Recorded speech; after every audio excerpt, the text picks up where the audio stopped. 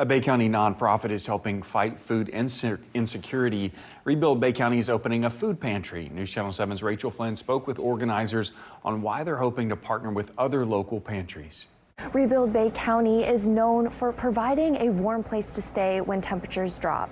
But now they're stepping up to serve the community in a new way through opening a food pantry.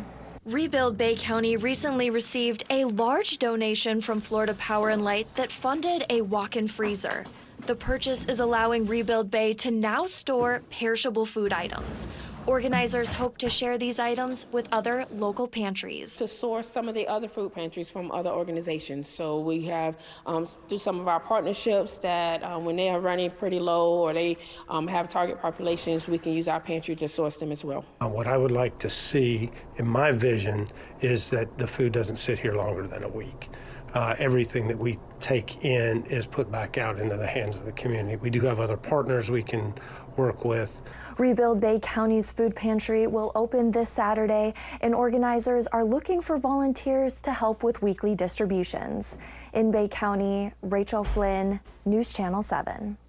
Rebuild Bay County will host a distribution on Saturday during the Glenwood Marketplace. The food pantry will be open weekly on Tuesdays from 5 to 7 p.m. at 80 Harris Learning Village.